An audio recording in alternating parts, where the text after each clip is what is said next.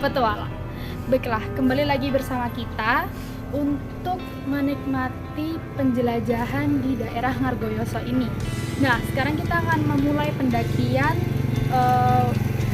untuk Gunung Lawu via Candi Ceto. Penasaran kan gimana penelusurannya? Mari ikut saya.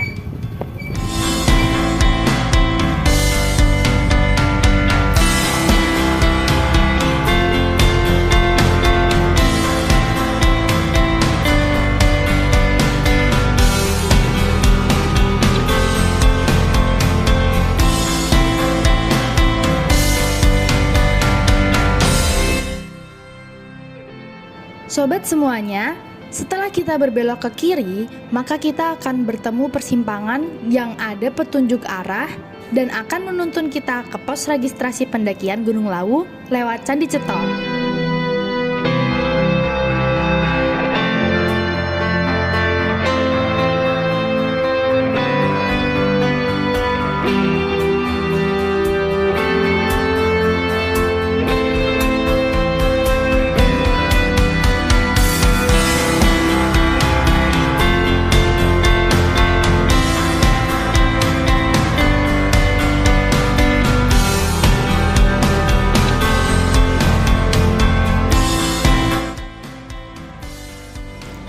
Nah, sebelah kanan kita adalah kawasan Candi Ceto, peninggalan candi masa-masa terakhir runtuhnya Kerajaan Majapahit yang dibatasi dengan kawat berduri.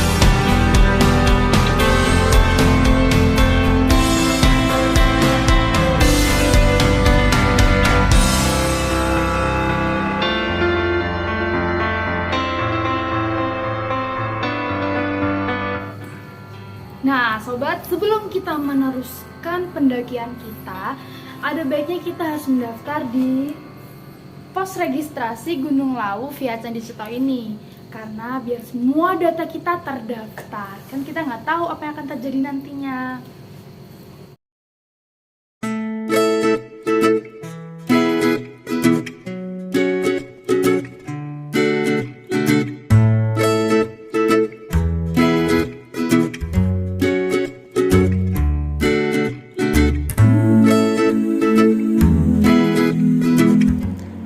Kita berjalan sekitar 5-10 menit, akhirnya sampailah kita di Candi Ketek.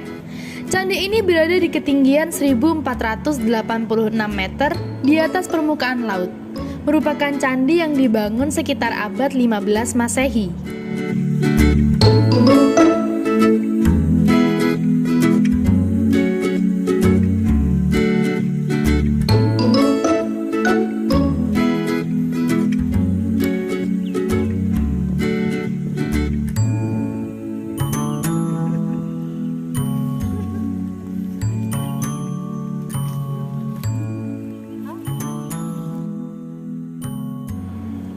Setelah berjalan sekitar 30 menit dari depan pintu gerbang Candi Ceto, maka sampailah kita di sebuah sumber air yang ada bangunan kolamnya dan diberi nama Patirtan Saptaresi.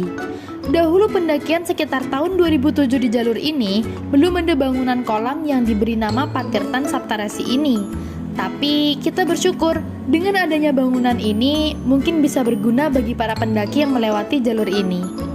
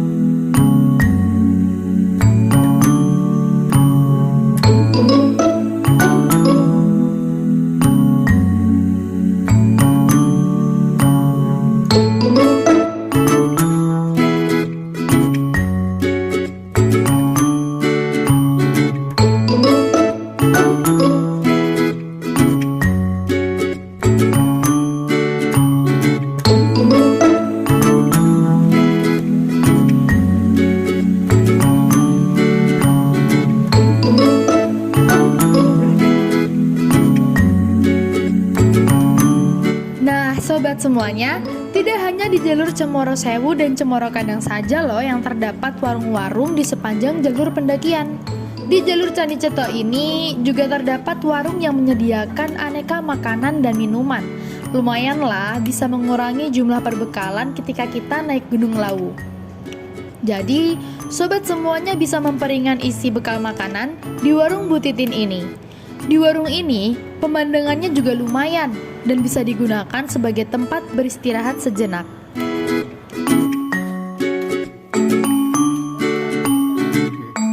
Bu sinten asmane, Bu? Bu Titin, Pak. Bu Titin. Nih. Sebelum pos 1 niki nggih. Nggih, bawah pos 1. Nggih, tenun.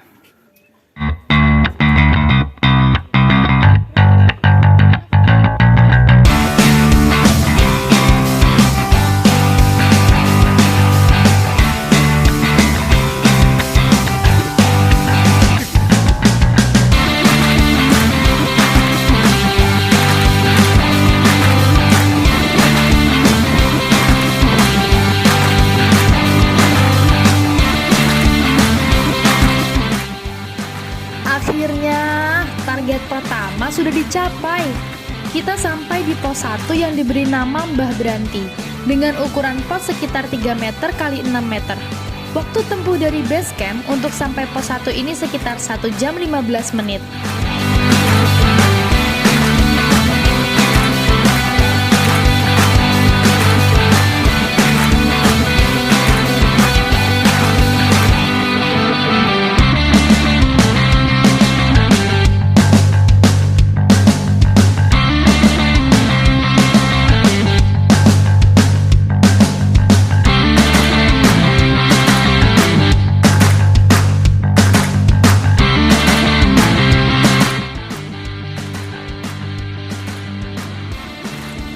Sobat semuanya, kita sudah sampai di pos 2 nih, yang diberi nama Brakseng, pada ketinggian 2000 meter di atas permukaan laut. Area sekitar pos 2 ini cukup luas dan bisa didirikan sekitar 5 sampai dengan 8 tenda nih. Ya, tapi tidak direkomendasikan mendirikan tenda di sini karena perjalanan menuju puncak masih jauh sekali.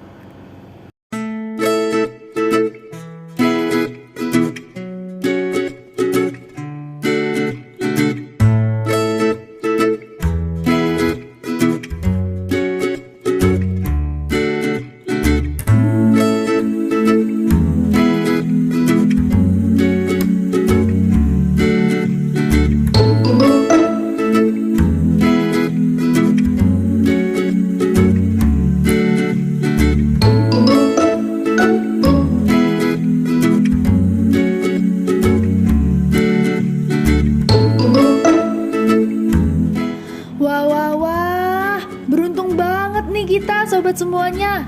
Di pos ini kita didekati oleh burung jalak gading lawu atau yang lebih dikenal dengan jalak lawu, yang mana jenis ini bisa digolongkan dengan keluarga dekat spesies Turnus sp. Burung ini sering ditemukan oleh pendaki di berbagai jalur pendakian Gunung Lawu. Yah, burung ini suka menemani pendaki yang dalam perjalanan naik ke puncak Gunung Lawu.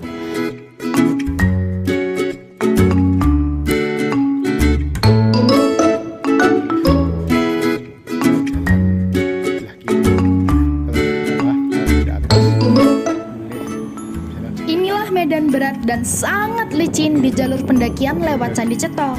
Medan ini terletak di antara pos 2 dan pos 3 atau tepatnya 15 menit sebelum sampai di pos 3. Di sini, sobat semuanya harus ekstra hati-hati dan butuh tenaga ekstra karena salah sedikit kita bisa terpleset.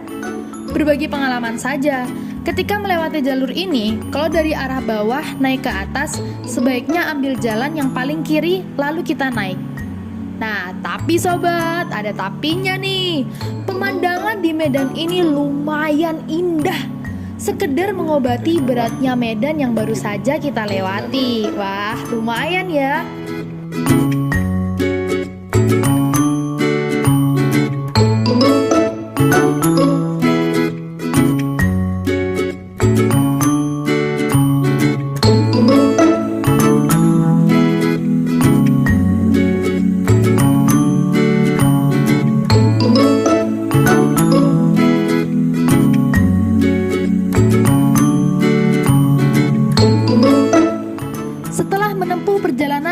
1,5 jam dari pos 2, sampailah kita di pos 3 yang diberi nama Cemoro Dowo, atau kalau dalam bahasa Indonesia kita bisa sebut Cemara Panjang, yang berada di ketinggian sekitar 2250 di atas permukaan laut.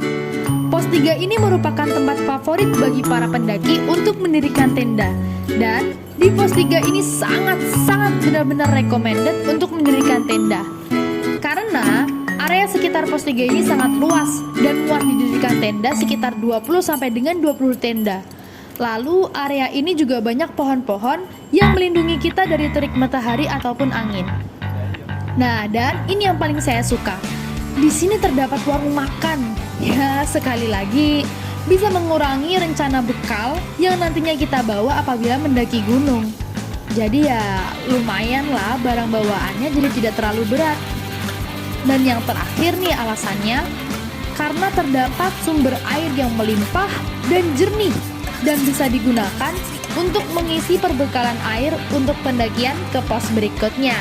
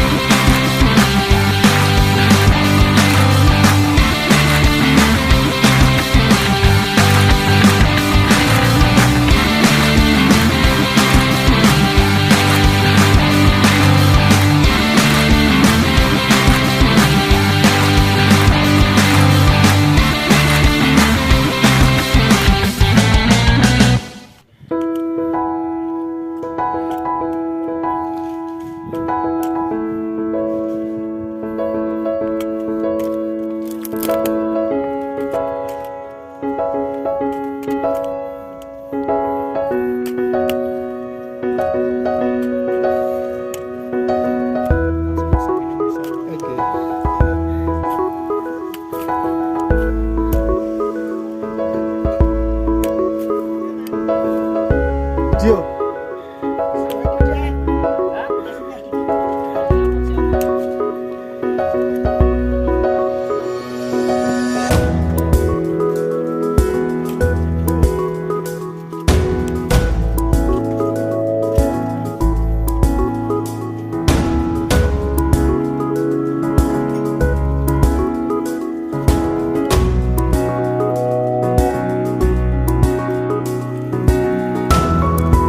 Di antara pos 3 dan pos 4 terdapat area untuk sekedar beristirahat.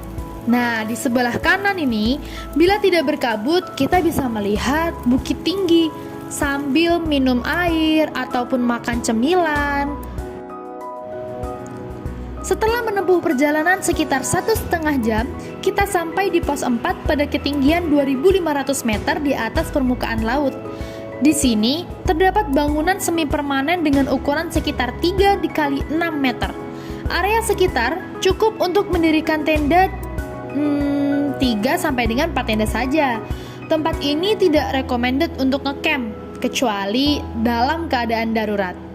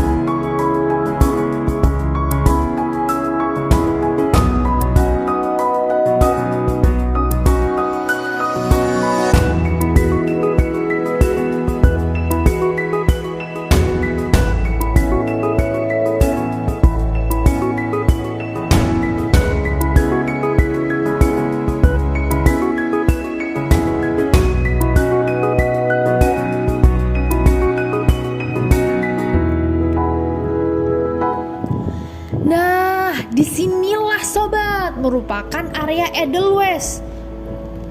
Kenapa disebut area Edelweiss? Nih, kita lihat kiri dan kanan banyak terdapat tumbuhan Edelweiss, bunga abadi menurut para pendaki. Dan disinilah sudah selesai medan-medan berat yang harus kita lalui. Oh iya sobat, semuanya jalur pendakian Gunung Lawu lewat Candi Ceto ini, medan yang berat ada di antara pos 3 sampai dengan area padang Edelweiss ini. Nah, setelah ini, maka kita akan disuguhi dengan padang sabana atau savana. Penasaran kan gimana? Eits. Kita disambut sama jalak lawu lagi nih sobat.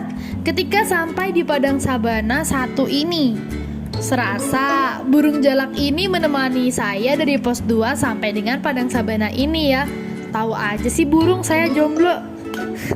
Di padang sabana yang pertama ini, biasanya para pendaki betah berlama-lama di sini. Ada yang cuma sekedar istirahat melepas lelah karena telah melewati beratnya medan pendakian. Bahkan yang paling banyak adalah foto-foto dan mengambil dokumentasi atau gambar di area sekitar sabana pertama ini. Ya, maklum, untuk pertama kalinya setelah melewati begitu beratnya tanjakan, maka sudah terbayarkan ketika sampai di sabana ini. Sabana Gunung Lawu via Candi Ceto.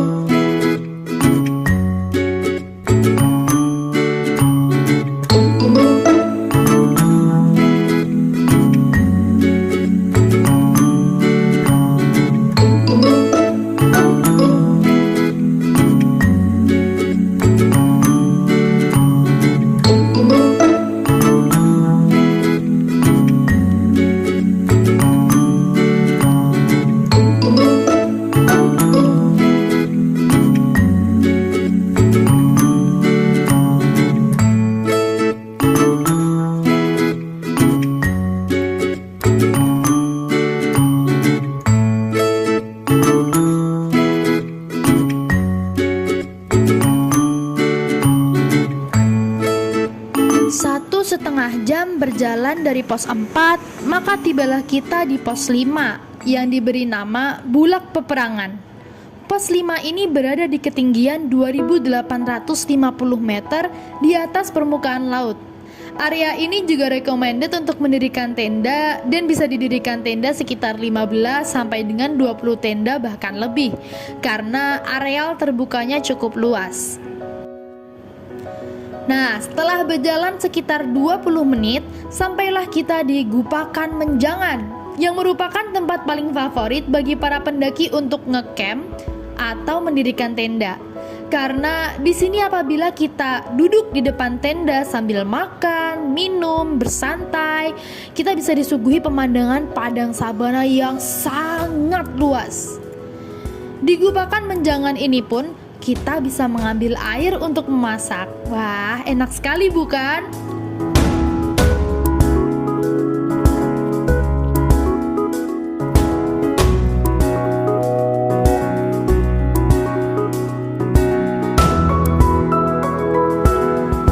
Pemandangan inilah yang aku suka. Sudah medannya datar, mata pun juga dimanjakan dengan landscape ciptaan Allah Subhanahu wa Ta'ala. Sob, Pasti sobat semuanya bila melewati sabana ini tidak mau cepat-cepat beranjak dari sini.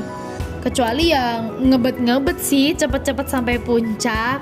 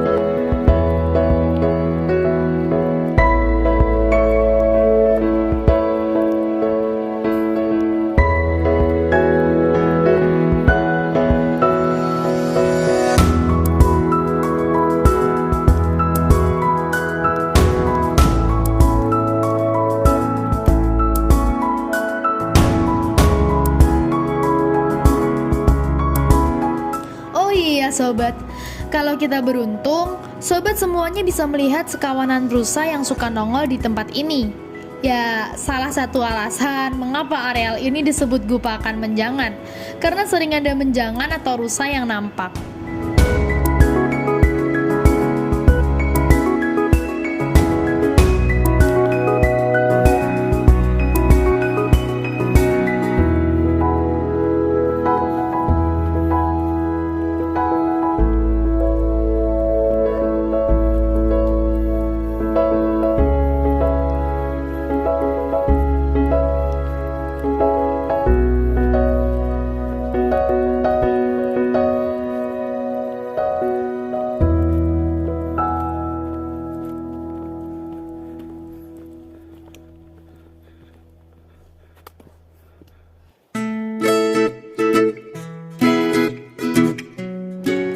Sobat-sobat semuanya, setelah kita melewati sabana, ternyata kita masih harus menanjak lagi.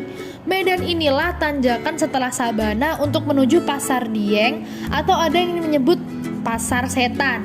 Tanjakan ini lumayan menguras tenaga sekitar 1/4 sampai setengah jam lamanya. Kita harus berjalan melewati tanjakan ini.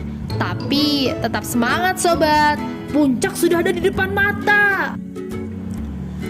Wah, lumayan juga nih pemandangan di tanjakan sebelum Pasar Dieng atau Pasar Setan ini. Seperti di pegunungan Alpen di abad pertengahan. Wah, kayak di film-film Eropa gitu. We are the champion. Bukan ya? Pasar Setan. Sampailah kita di Pasar Dieng atau Pasar Setan. Sobat semua harus mengambil jalan agak belok ke kiri sedikit, baru lurus lagi mengikuti jalur. Jangan sampai sobat tersesat ya di Pasar Dieng atau Pasar Setan ini. Apalagi tersesat menjelang malam. Menakutkan.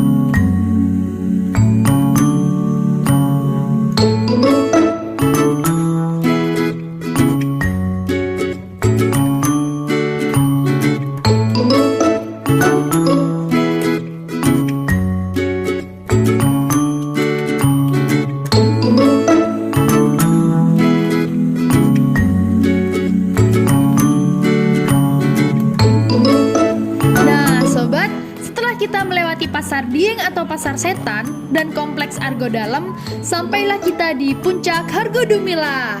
Ternyata sepagi ini sudah banyak sobat-sobat pendaki yang sudah sampai puncak. Kira-kira berangkatnya jam berapa ya?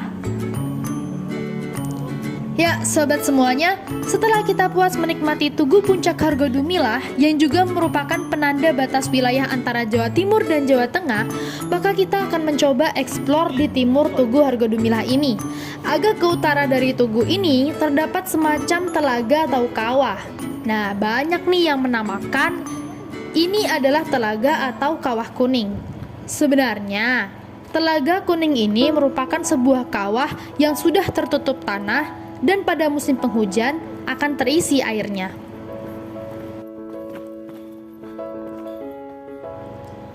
Di timur Puncak Argo Dumilah ini juga terdapat spot foto yang tidak kalah indahnya. Ya biar instagramable estetik gitu. Biasanya area ini disebut Gegerboyo. Kalau dalam bahasa Indonesia adalah punggung buaya, karena bentuknya seperti punggung buaya.